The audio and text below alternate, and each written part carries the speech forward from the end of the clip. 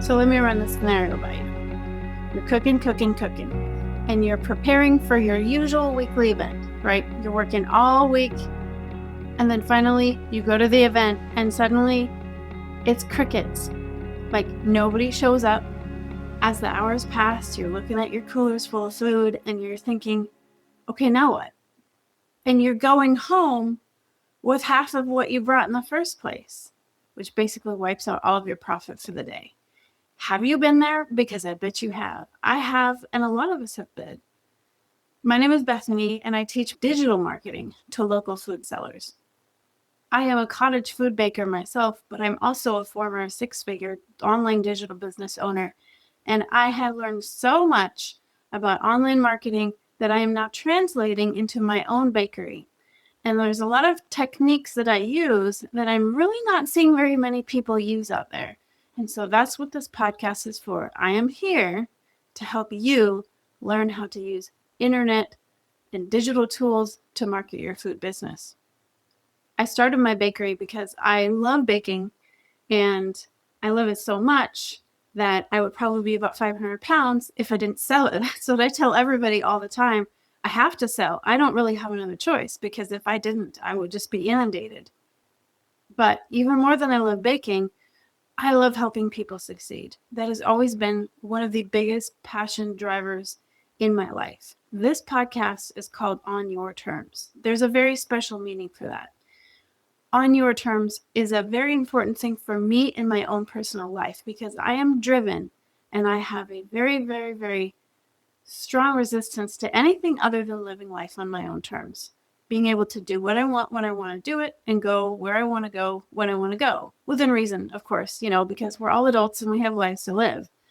But what it comes down to is to be able to have the freedom. And if you're watching this podcast, probably you have a local food business of some sort. Maybe you're a baker, or you have a food truck, or maybe a local pop-up vendor operating under a tent. But there's probably a reason why you started doing that. And I would hazard a guess it probably has a little bit something to do with independence.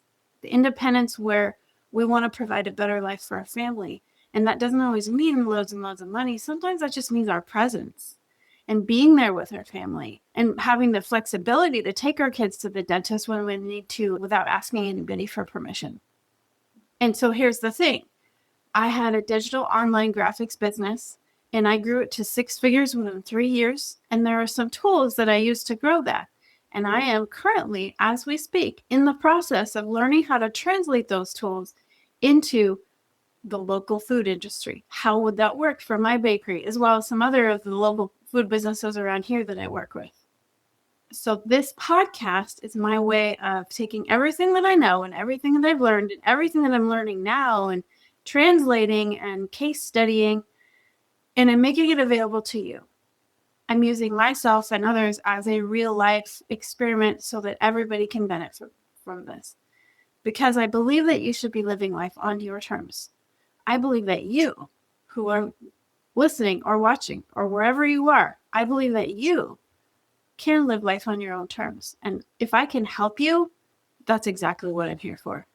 Now, just to be clear, there's a lot of information out there about in-person marketing, like pop-up signs and displays and farmers market setups and stuff like that, which is all very, very important, often more important than we realize. But just to be clear, that's not what I'm here to talk about. I'm here to talk about digital marketing and strategies. Now, specifically, we're going to be talking about email marketing, which in my opinion is the backbone of all of this. And I'm learning how to translate those methods into text message marketing and how that could work for a local business, which I think is pretty exciting for me so far. And I will share more on that later. But we also look at setting up simple websites, learning how to get found by both people using regular Google, but also, because it is 2026, we need to learn how to be found by AI. And if you don't learn how to be found by AI, you're going to be left in the dust. You've got a couple of years probably to get going on this, but it's going to be very important for you to learn how to be recommended, because people are going to increasingly start searching AI for, hey, where's the best place that I can get a taco in my town or whatever, especially when people are traveling and things like that. So you want to know how to be able to get recommended by AI. It's not random. It's all a math equation, and we will learn how to do it. The modern tools, digital tools, all of those automations, they can really, really help us move the needle way more than you think. I am a huge proponent on not relying on social media and the algorithm, which is why you're running home with leftovers every time anyway. Because Facebook and Instagram show your posts to maybe 8% of the people that follow you at most. Okay, if you're looking at email marketing, you're looking at maybe 40 to 50% open rates, which is insane. Okay, text message marketing is even better. About 98% of the people that you would send a text to will open it. And I think with using all of these tools, and I'm not saying don't use social media, because I use it and there's definitely a time and place to use it, but you use all of them. Don't ever just rely on social media, because it is really just the most generic one out of all of them, and it is the least specific, and it's the least likely out of all of it to land you in front of your customer's eyes. So we're going to rewind for a minute, because this is the first episode, and I'm going to tell you a little bit about my story and why it is that I'm qualified to talk to you about this. And also why we are in a time where we really need to change how we are marketing local food. So real quick about the business that I had before, I was selling digital SVG files. I was selling them online to crafters with Silhouette and Cricut vinyl cutting machines. It was a business that I started on the side, and then about a month after I started it, I got laid off from my job. And 3 months later, I had replaced my job income with it, because I just worked on that full time. And 3 years later, I hit 6 figures. It taught me so much I learned email marketing. I learned how to do Pinterest. I learned how to do Google search engine optimization in order to be found in Google. I learned systems. I learned automation. It was really, really very educational. And I'm sure you're wondering, well, why aren't you still doing that? I mean, there's a couple of reasons. One of them was a decline in the industry in general. When COVID hit, it dropped my income by about 80%, because a lot of my customers could no longer afford to buy the files. I was at the time selling the designs to a lot of businesses who would then create finished products with them. You know, the decorative signs that you see at craft shows and things like that. And so a lot of them stopped buying my files, and that never actually went back up after COVID was over. And I think a lot of those people, they at that point started learning how to do their own. I'm not really sure, but I know that there was a lot of other people who did what I did who also experienced a similar decline. So I don't really understand. It could be AI as well. But there was a general overall decline in the industry. But also, to be honest, I was really burned out. And the ridiculous thing is that my intuition told me at the time I needed to start teaching. I needed to start teaching people how to do things. Like, I had been teaching some email marketing and some other things, but I needed to make that my main focus, but I didn't. I kept just trying to make the old thing work. And the old thing did not want to work. And I kept trying and trying. It just wasn't working. And here I was just completely ignoring my intuition, because my passion is to teach people. And so the sad thing is if I had moved on sooner, I wouldn't be in the spot that I am. I mean, to be honest, I'm pretty much broke as I'm recording this, and I'm kind of limping along until I can sell my house and kind of get my life back in order. But I've decided that that's not going to stop me from doing what I love, which is teaching. And I want to teach you, as I'm learning in my bakery, how to use these tools, because they're actually really, really awesome, and I'm really seeing the potential for them. I guess the lesson for that is sometimes you have to hit a wall before you change directions. Maybe if you're stubborn like I am. Now, why baking? Well, because I love baking. I've always loved baking, ever since I was a little girl. And I have some very fond memories of when I was a kid. My dad used to take us on Saturday mornings to a bakery, and we'd always get muffins. I'd get like a big chocolate muffin, and I loved the smells, and it was always really warm when we walked in, and just smelled so good. And they had these cute little bistro chairs, and it was just this whole cool environment, and I really, really enjoyed myself there. And when I was a little kid, I was like, I really want to have a bakery someday. You know, that was one of the things I wanted to do with my life. And if you're going to listen to this podcast, you'll probably figure out there's a lot of things that I want to do with my life.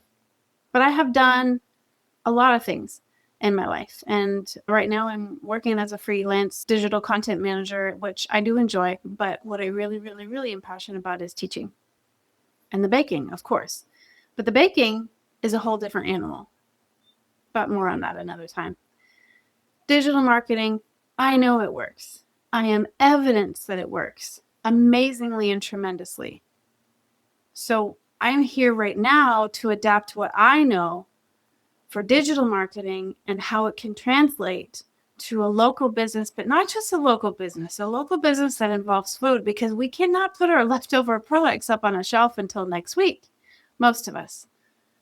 Pretty much, if it doesn't sell, then guess what you're eating all week, kids, you know? But the truth is marketing is marketing. And as time goes on, how people buy has changed. I remember when I joined my local farmers market after I moved here, and I talked to the manager, and she told me that after COVID hit, they really, really had a decline in the people that come out. And this is the biggest farmers market in 100 miles. Now, granted, it's not a giant town to begin with, but still. And I think that that's probably just going to continue, and we have to pivot, and we have to be able to flex and adapt with the way the market works. So the bakery is a way for me to test and learn and adapt and everything that I know to see what really works for local food businesses. And I'm here to share it with you because even more than I love baking for myself, for my family, for my local area, I love sharing what works to help other people be successful. And maybe that sounds weird, but I have this thing. I almost take it personally when there are other people who are stuck in a 9-to-5 grind and they really don't want to be there. I understand that working a regular job is perfect for some people, but there's people out there like us, you probably, and me, who it will never be perfect for, and it becomes a grind, and it becomes soul sucking, and it destroys you.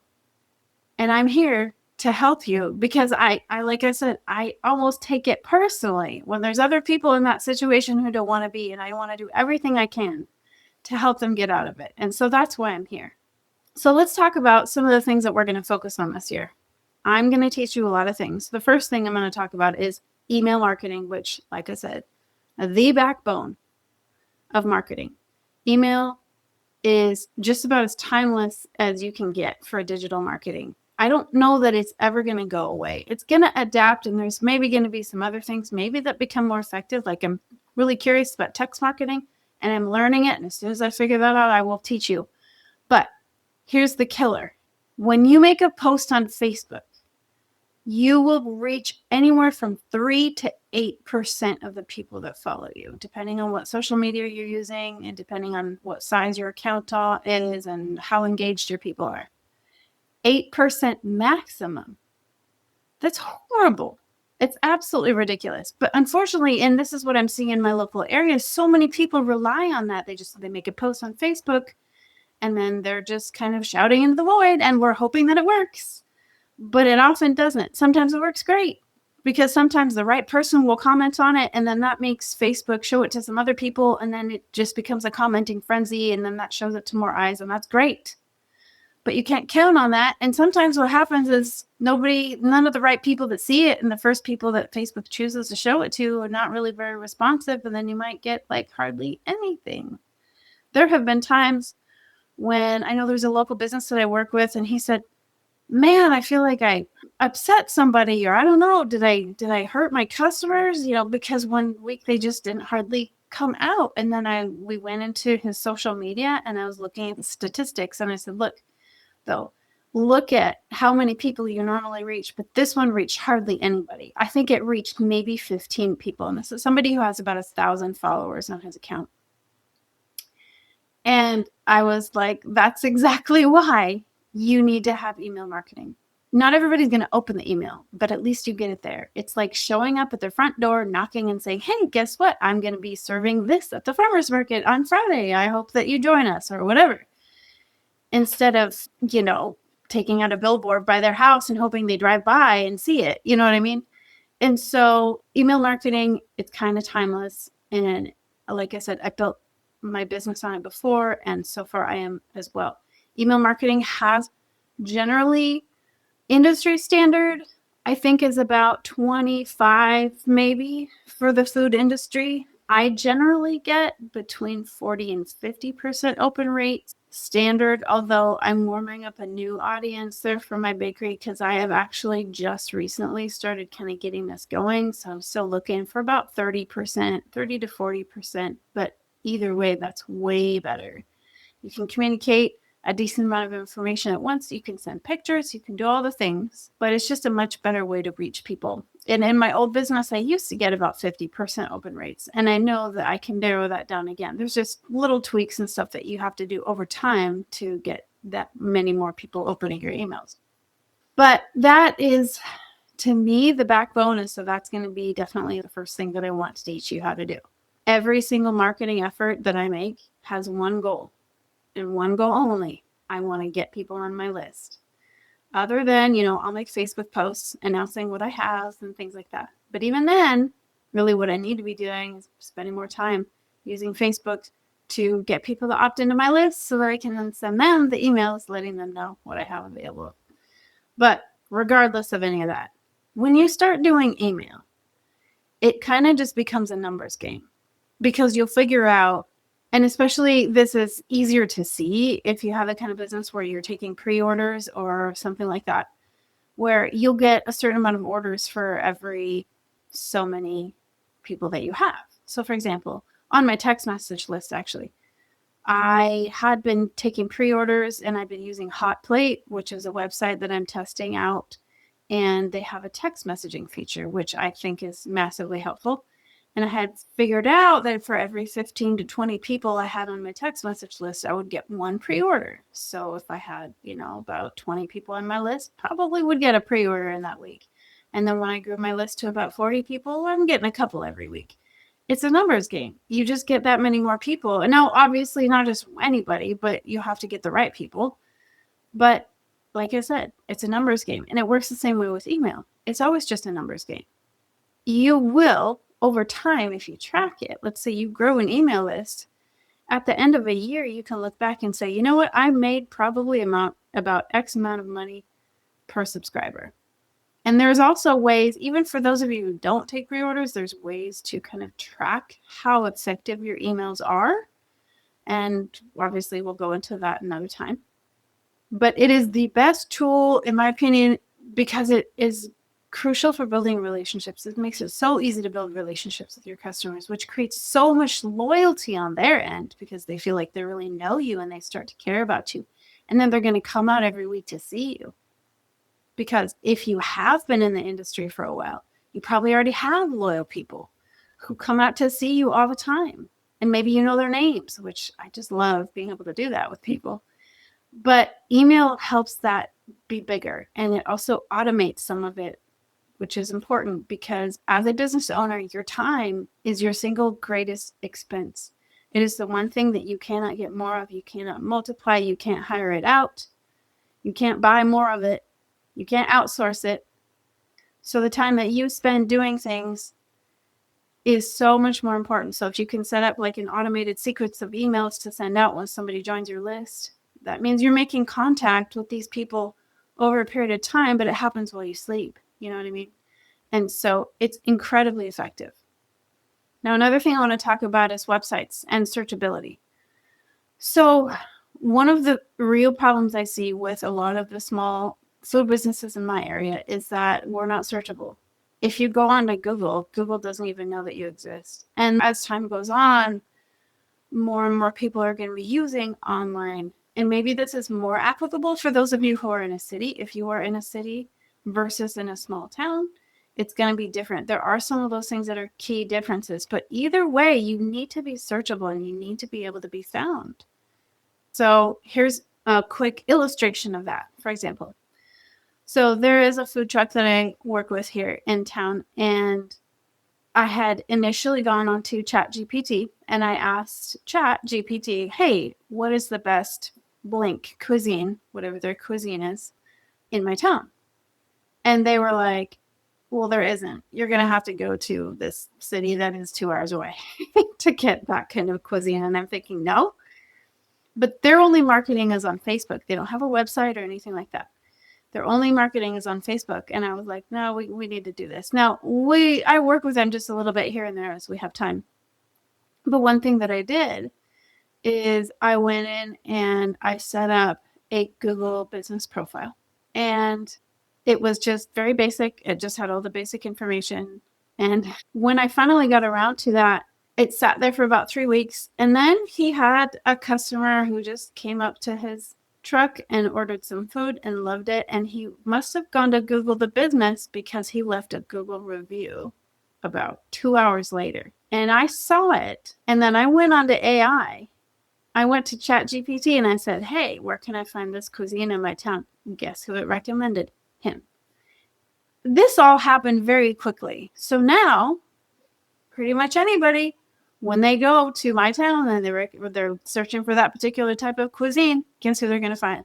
That person, only because he set up a Google business profile. Now, again, we're not in a big town. There's not a lot of competition. So if you're in a bigger city, you have a way bigger pool, and all of these online tools are going to be more effective for you in some ways.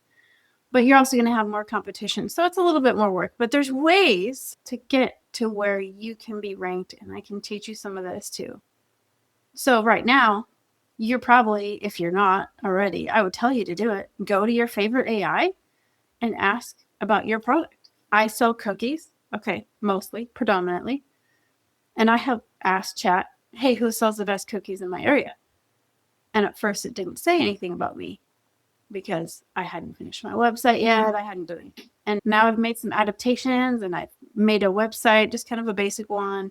And I've done a couple things, and now it's recommending me for some things. Not everywhere, not everything that I want to be listed for is up there, but I will get there. It's just a matter of time. And right now, 2026, everything is still really evolving. But within a year or two, probably Google is going to pull the regular search, and then it's all just going to be based on AI. And so when that happens, you kind of want to be the one listed. And if you're listening to this after that, well, it doesn't mean that it's hopeless. It's just going to be a little bit harder for you to get ranked, but you still can. But right now is a very easy time to get ranked. Now, another thing I want to talk about is systems and workflows and automations and things like that. So like I said before, your time is your single most biggest expense. You have to utilize it very wisely. I mean, you have to. I have seen businesses, and I'm not going to say I'm innocent in this. I am guilty of it too in some ways, where we are so excited and eager to grow our business that we will go through all kinds of hoops. I have seen people drive 20 minutes to deliver a $5 order. Do not do that. It costs you more of your time and gas. Don't do that. Don't offer deliveries for free. Don't try to offer everything on the menu, like everything you can possibly think. There's a lot of things that we need to do to simplify and create systems and workflows. Time is your most expensive ingredient. Your time specifically. If you have helpers, great. But if you have helpers, you probably understand that it's a lot of work to even find good helpers. So you don't want to waste their time either. The best thing that you can do for your business is to be efficient and have good workflows and use automations. Because these small efficiencies, they compound into freedoms. And freedom is what On Your Terms is all about. And then here and there, I'm also going to be talking about just kind of the mindset of marketing and the mindset of how we present ourselves and the way that we believe about ourselves and what we're doing and why are we even doing this in the first place. Because what we're not doing, we don't want to build a business that runs our life. We want to build a business that allows us to live our lives. Those are two very different things. And if you're anything like me, I want to have business and a life and earn a living in such a way that allows me the freedom to be there with my kids when they need me to be there, and to enjoy my life and maybe even be able to travel and do some things. I do not want to be hustle, hustle, hustle all day. That is not what I'm about, and that is not what this podcast is about. In fact, I have some pretty strong words about the constant hustle, and I'm not saying that I don't do it, but there's a time and a place. It should not be your whole entire life. There is season for that. There is a season for family balance. And especially we need to make a shift from poverty mindset to abundance mindset. And so that's some of the stuff that I want to talk about. These are the pillars that I am going to talk about and I'm going to teach each week. Not theory. And I am right here in the trenches with you. Because as much as, yes, I built a 6-figure business and I did really good and I know about this stuff and I have taught these skills to other people, I'm pretty new to the bakery thing.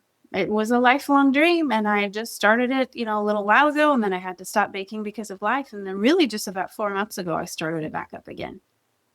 So we're not just talking about theories. We're going to be looking at actual things that will help you reclaim your peace and increase your profits. It can be so exhausting to spin your wheels and feel like you're not getting anywhere. And I just want you to know that it doesn't have to be that way. And there are ways to increase the efficiency. Yes, this business takes work no matter how you look at it. That is just the straight up facts. But there's ways to make it simpler. There's ways to make it more efficient. And there's ways to increase the customer reach so that you are not going home with half of your food still in your coolers as leftovers. Just remember, your time is your biggest expense. Algorithms are crap for visibility. Absolute garbage. And likes, they're worthless and they don't pay your bills. So don't even pay attention to them. For real. The metrics should always be, what is the thing that directly makes you money? Now, I have 2 assignments for you. Okay. The first one is I went on a lot about email marketing, and I'm going to be talking about it a lot. And you're probably like, oh my gosh, I don't even know where to get started. Well, don't worry. I've got you covered. I have a quick free download that I created for you. It goes over the whole process of just getting you signed up and getting your email list set up and started. And I show you how to create some opt-in forms. It is not complicated. It is actually really, really simple.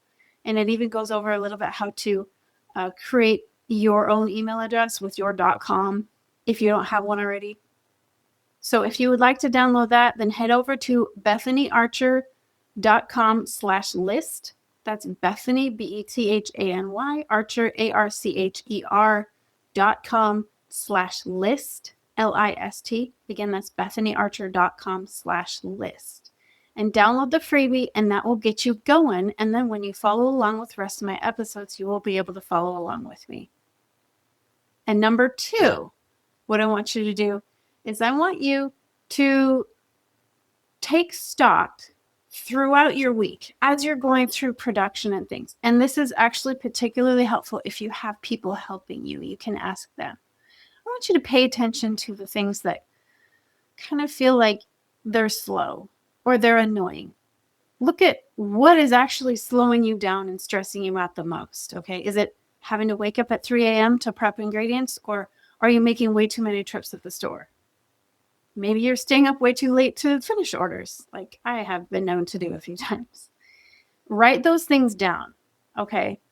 And interview anybody that helps you and say, what are the frustrations that you have? What are the bottlenecks, basically, is what we're looking at.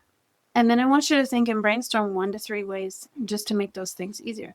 For example, let's say you have fresh food. Let's say you are a taco truck, okay? And maybe you have different sauces that you're using, or you're using sour cream. If you're using sour cream, trying to plop it out of the container with a scoop onto a taco, that's going to be pretty hard and annoying. And that's going to be a bottleneck. But get yourself one of those squeeze bottles, dilute it a little bit with some milk and squeeze it on there, and you're good. Batching prep days and keeping shared checklists and there's all kinds of things you could do. And I think a lot of the time we just go through the motions of these things and we don't even think about it. And so it can be a really helpful thing to just go throughout your week and just pay attention. Where am I getting frustrated? And just write it down. And then when you have a minute, grab a cup of coffee and sit down and look at your list and say, okay, what can I do? What are some solutions here to make this a little bit easier? Even just a few minutes saved here and there can make a huge difference, especially if it's on the production line when you've got people waiting for their food. Every little system that you fix buys you a little bit of time. And that time is what buys you more freedom. And it lets you grow. So just understand, you don't necessarily need to be doing more. You just need to be focusing on doing what works and making those things more efficient, whether it's marketing or whether it's your systems and efficiencies when you're producing things or whatever it might be. But really, again, it just boils down to one thing. Save your time. As much as you can, save your time. Be efficient with what you do. Do not be shouting into the void, and do not trust the algorithms. We just focus on moving the needle because that's going to create the freedom and the independence. And that is what On Your Terms is all about. Building freedom and a life that works for you because you have a business that works for you so you can live your life on your terms. So I hope that was helpful for you. If you haven't had a chance, go to bethanyarcher.com/list and download the quick start guide to get your list set up. And in the meantime, I would encourage you to subscribe. And if you know anybody else who might be benefited from this podcast, your food producer friends and other bakers or whoever you are, if you're in the industry, I would just encourage you to share them. That will not only help them, but it will also help me get this ship off the ground. Thank you so much for your time. I really, really appreciate you. I am so happy that you came to join me today. I am Bethany Archer, and this is On Your Terms.